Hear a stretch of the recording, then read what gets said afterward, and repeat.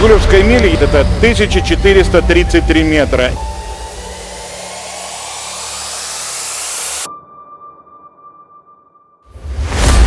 Мы готовимся к старту очередного участника. Команда мастерской Custom Box. Mercedes-Benz V114.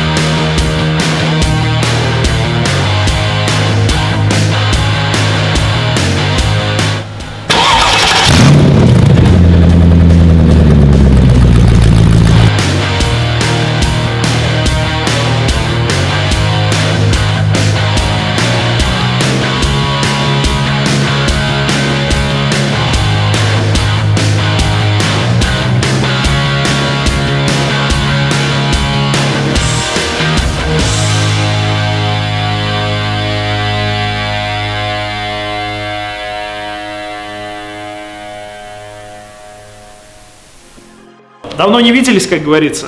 Представляете, год назад работа кипела, просто тут все, мы его варили, долбили, красили, чего только не делали для того, чтобы получить вот этот результат. Результат я сейчас еще раз прошел, посмотрел, просто бомба. Честно, я вот до сих пор поверить не могу, что за короткий такой срок мы сделали такой большой объем работы, просто колоссальный. И вы спросите, что произошло тогда вообще за этот год? А за этот год, на самом деле, ребят, не так много произошло, как хотелось бы, но результат тоже есть. Мы целиком перебрали топливную систему, потому что, когда мы поехали на Байкальскую милю, из-за поврежденной сливной пробки, в которой стоит фильтр, чтобы вы понимали, о чем я говорю, вот фотография, мы из-за этого получили ржавчину в топливную систему и очень долго боролись на Байкальской миле с этим. Всю систему разобрали, помыли. Мы это не снимали, просто делали в режиме, когда свободный подъемник был. Поставили новый насос, поставили новый фильтр, поставили эту новую пробку, продули всю систему. Я снял рампу топливную, промыл форсунки, поставил все, и она все равно нормально не заработала, потому что дело было в другом. Сейчас расскажу. Еще я сделал вот такую замечательную выхлопную систему. Назвать ее системой, конечно, тяжело, но в ней уже имеются резонаторы. Она в термоленте вся целиком, хорошо, качественно, все плотненько замотано. И звучок, кстати, появился намного интереснее, чем просто выходили от коллектора трубы.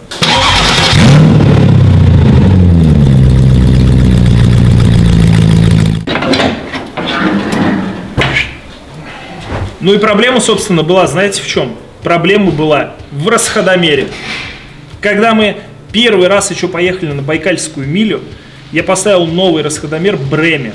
Когда мы до тут доехали, машина просто стала отвратительно работать. Я думал, может быть, из-за того, что попала грязь туда, или еще, может быть, какие-то проблемы, которые возникли при перевозке. Когда мы сюда вернулись, я поставил новый расходомер, и мы поехали на диностенд, проверили там машину, протестировали. Ничего не помогло, мы меняли свечи, провода, все так же не помогало. И когда я уже промыл топливную систему, здесь приехал Рома, который нам делал по электрике машину. У него на гелике стоит такой же мотор, мы сняли расходомер, поставили, и все просто идеально заработало. Чудеса. Просто чудеса, столько страданий и, можно сказать, не совсем хороший результат, который хотелось бы получить на Байкальской миле, просто из-за этой электронной штуковины. И я купил бэушную, оригинальную, поставил, сейчас все работает просто идеально. Ну и, конечно же, изменился внешний вид старого Мерина. Покраска в стиле Ротлук. Кому-то она не зашла, кому-то понравилась, кто-то от нее просто в восторге. Я, кстати, вхожу в их число. Ну и, конечно же, Дисули. Дисули наконец-то собраны, установлены, и вид. Без них, конечно, такого вида не было. Но нужно двигаться дальше, поэтому этот вид временный. Диски, конечно же, останутся, но кузов будет покрашен по всем канонам классики. Будет блестящий, сверкать на солнышке и радовать глаз. Вообще, откровенно сказать, откуда родился стиль Road-Look, он родился от необходимости собрать автомобиль. Поставить все молдинги, собрать салон. В общем, все, чтобы понять, чего не хватает. Ну и, конечно же, делать это на пыленку вообще никакого смысла не имело. А красить машину полноценно, хорошо и качественно, это очень дорого и долго. По крайней мере, не сейчас. И собрав салон, собрав внешку, я понял, чего мне не хватает. Кстати, вот респект абсолютный человеку из Петербурга, Владиславу, который... Я просто на вид написал, нашел те молдинги, какие-то мне зеркало я хочу правое установить, хотел, какие-то по салону, там батону мне не хватало на обивку дверей. Я ему просто написал, он говорит: о, я тебя знаю, все, что тебе нужно, я тебя отправлю абсолютно бесплатно. Говорит: делай, катайся, кайфуй, и все, это никаких денег не стоит. Спасибо большое, просто огромное. Я практически всю машину дособрал благодаря ему, всякие хромульки, железочки, осталось прям вот совсем чуть-чуть. Тачка едет, вид имеет, а это говорит о чем? О том, что нам нужно минимально потратить времени на подготовку к жигулевской миле. Приступим!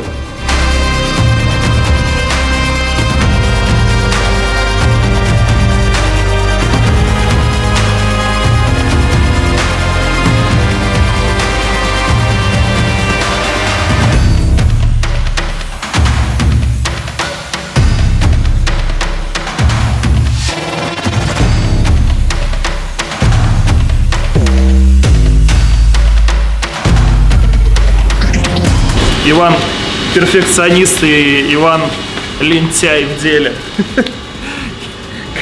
Короче, в какой-то... Я вот сейчас, вот счищая герметик, вспомнил, в какой мы лютой спешке просто все это дособирали, доделывали в прошлом году. И сейчас вот перезадую. Сначала думал, может быть, почистить, но герметик вообще никак не очищается. И я такой думаю, ну, счищу герметик и заодно посмотрю, как под ним там вообще в целом все себя чувствует.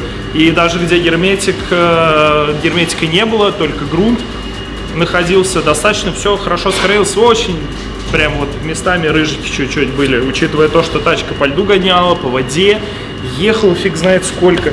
Короче, эпоксидник хорошая защита, но, конечно, перекрывать нужно. И, собственно, мы сейчас вот это все и сделаем. Остались, вот видите, прям совсем маленькие какие-то кусочки. Опять же, я даже уже и не помню, по каким причинам, но, скорее всего, из-за спешки мы их не закрыли должным образом. И сейчас мы просто это сделаем, чтобы машина уже была максимально защищена от коррозии, от воздействия окружающей среды. В общем, грунтуем, шовник и распыляем и герметик, и все. И антикор внутри стоит.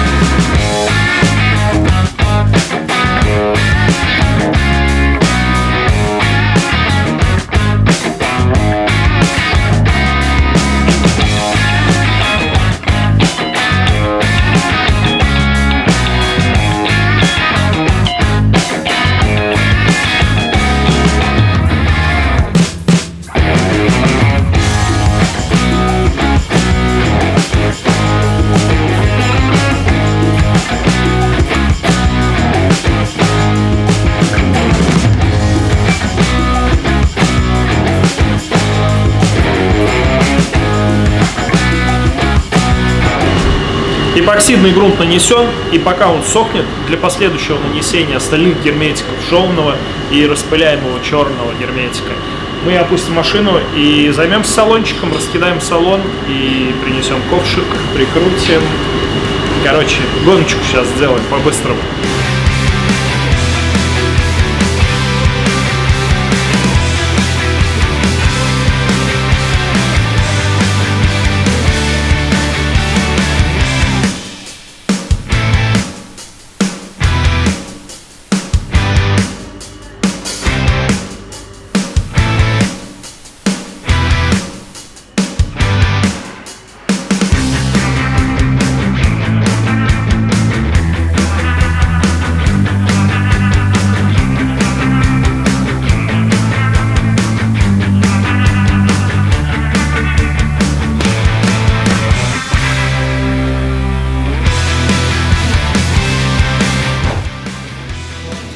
Павел к нам прибыл.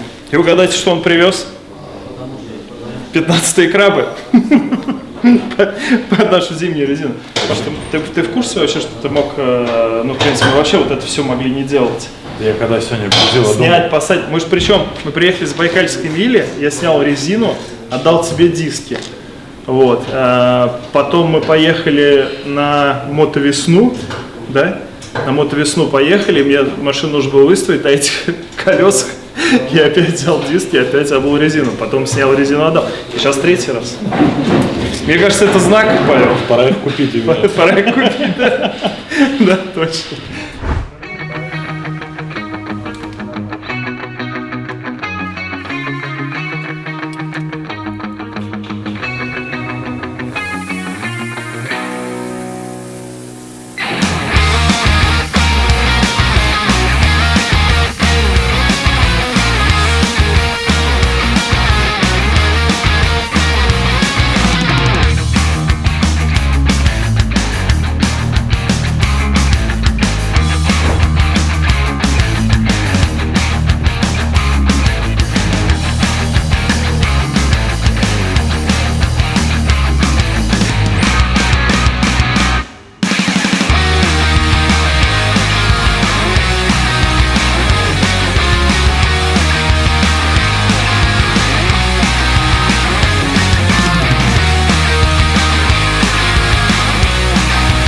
Ура! Все зачищено, загрунтовано, перезагрунтовано. Закрыли шовным герметиком все места, закрыли шовным распыляемым герметиком все места. В общем, максимально все защитили и, конечно же, задули все антикором.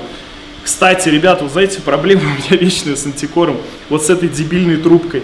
Почему-то, когда я ее подключаю, через нее очень плохо проходит жидкость. Я не знаю, как с этим вообще бороться, поэтому я беру через обычный носик, через отверстие все максимально распыляю, а потом засовываю трубку, еще трубкой там какими-то подавливаниями все это раздувается, растекается, вот пока со всех щелей не потечет. Поэтому кто знает, как ее нужно использовать, чтобы прям через нее хорошо шел антикор, расскажите, пожалуйста, в комментариях. И касаемо антикора.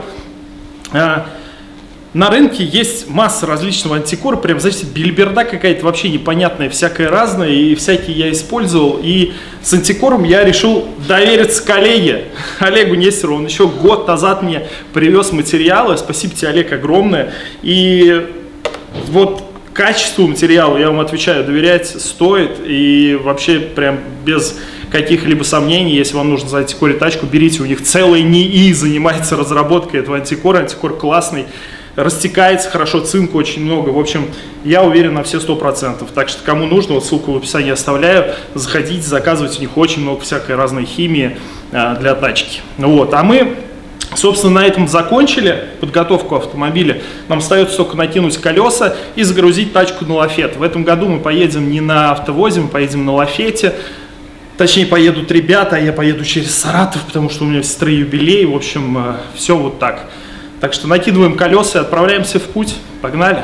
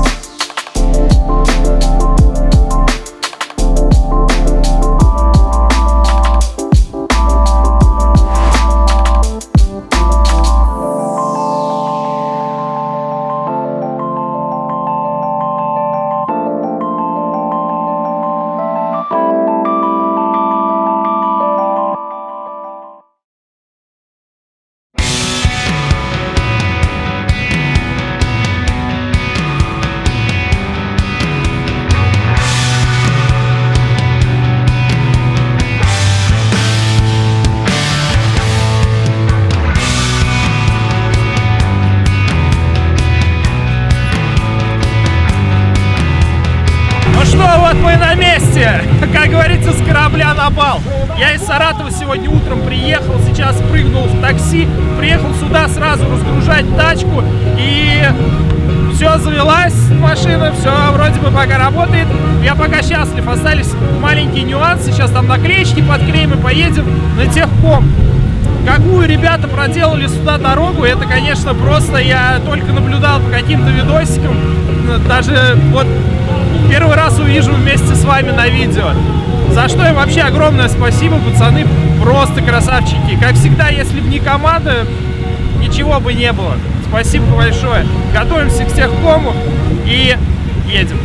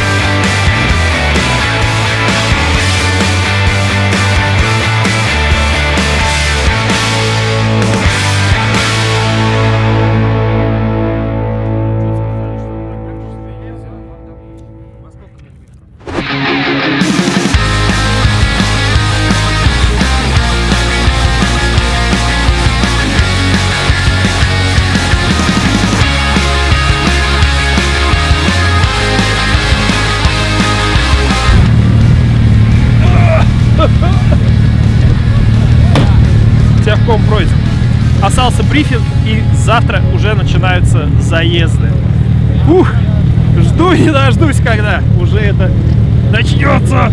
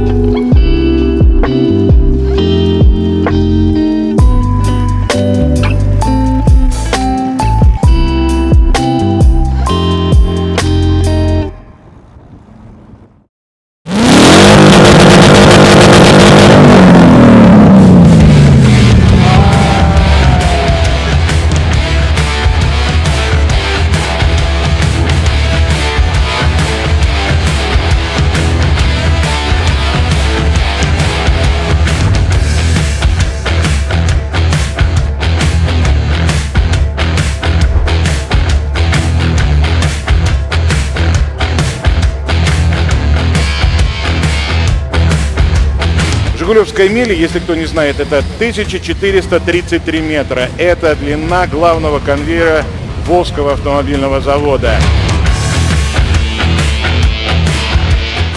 Чем был выбран этот автомобиль, чем обусловлен?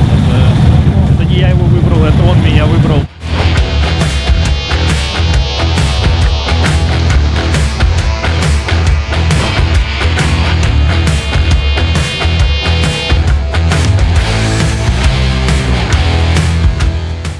И вот, пожалуйста, встречайте, вот это мой самый любимый аппарат. Не знаю почему, он приглянулся мне с первого дня фестиваля.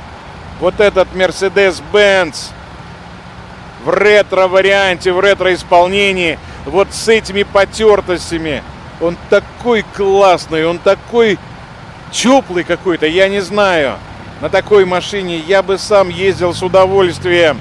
Итак, дорогие друзья, мы готовимся к старту очередного участника нашего фестиваля.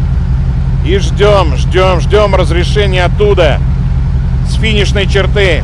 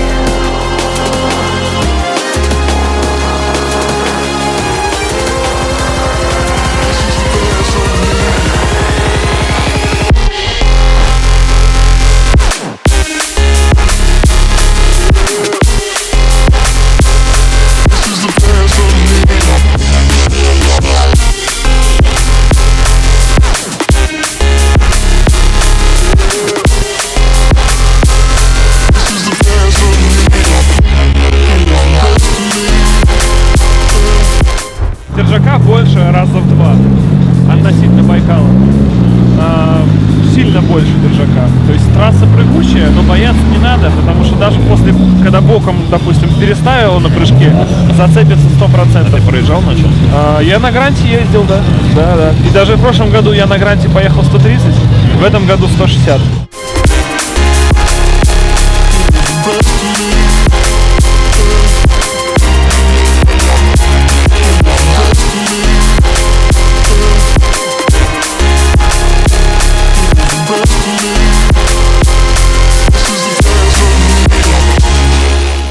Алексей Харужий из команды Custom Box представляет столицу нашей Родины и показывает нам свой прекрасный боевой автомобиль Mercedes-Benz V114. Леша, порадуй нас, удиви нас.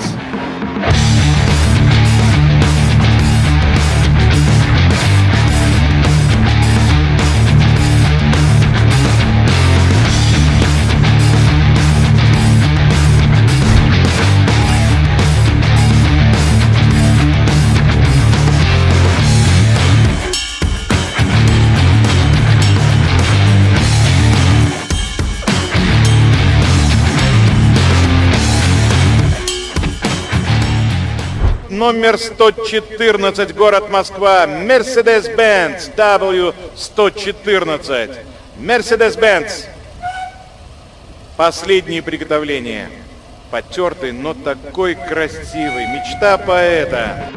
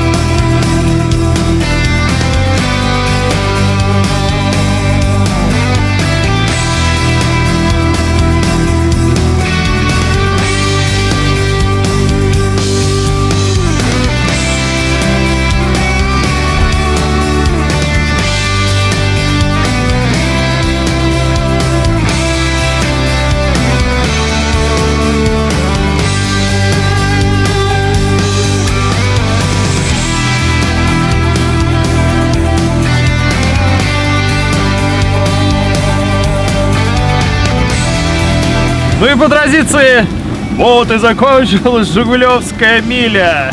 И есть рекорд. Есть рекорд. Ну-ка, объявим результат, Алексей. Леха у нас так, давайте сначала я объясню. У нас, короче, здесь на трассе было две дистанции. Это Жигулевская миля и Байкальская миля. Жигулевская миля, она 433. Да? Это длина конвейера. И Байкальская миля это глубина, по-моему, да? Да, 1650. Вот. В общем, разница между ними 200 метров. И, собственно, эти две дисциплины мы покоряли с Алексеем. Собственно, меня Байкал не отпускает, поэтому я побил свой рекорд на Байкале, если можно так это сказать. Потому что покрытие, конечно, сильно отличается от байкальского. 160 километров, 160,12 километров получается. А у Леха сделал максимальную скорость, тем самым установив рекорд скорости на Жигулевской миле. Да. 171 886 тысячных. 170, почти 172 километра в час. Я от него отстал на 4 Почти, где-то километра. На 4 километра на 3. У меня 168 393. Собственно, о чем нам говорят эти результаты? Результаты нам говорят о том, что Старый Мерин вновь чемпион, что мы классно, удивительно провели время с удивительными, восхитительными людьми. Здесь, конечно, произошли некоторые события, которые немножко подпортили всю историю. У нас тут ресторан на берегу сгорел ночью сегодня. Вот. Но, слава богу, все живы, целы, даже вечер получилось там спасти некоторые. И, Алексей, твои вообще, я тебя тоже поздравляю, твои мои чувства. Пилотом поехать на автомобиле, который ты построил собственными руками. Я, к сожалению, не могу сравнить это с Байкалом, но пообщавшись с людьми, с тобой, все говорят то, что на Байкале лед ровнее. Правнее, да. Ехать намного комфортнее, ну а так круто, мне понравилось. Прям нереальное ощущение, ты всегда едешь, как бы результаты не особо-то быстро, 170, там, 160, это не так быстро. Ну да, но на это льду, по льду. это просто пролетает моментом, и ты едешь, и такой, оп, финиш. Все, ну пора тормозить, незаметно. Но очень круто, незабываемое ощущение. Еще поедем? Естественно. Ну все, давай. Да, все. Мы по-любому поедем. Да, до встречи. Все, ребят, спасибо, что посмотрели. Надеюсь, у нас получилось передать атмосферу, которая здесь царит, происходит. Это действительно классное мероприятие, на которое стоит приезжать и участвовать. Все, всех крепко обнимаем. Пока-пока.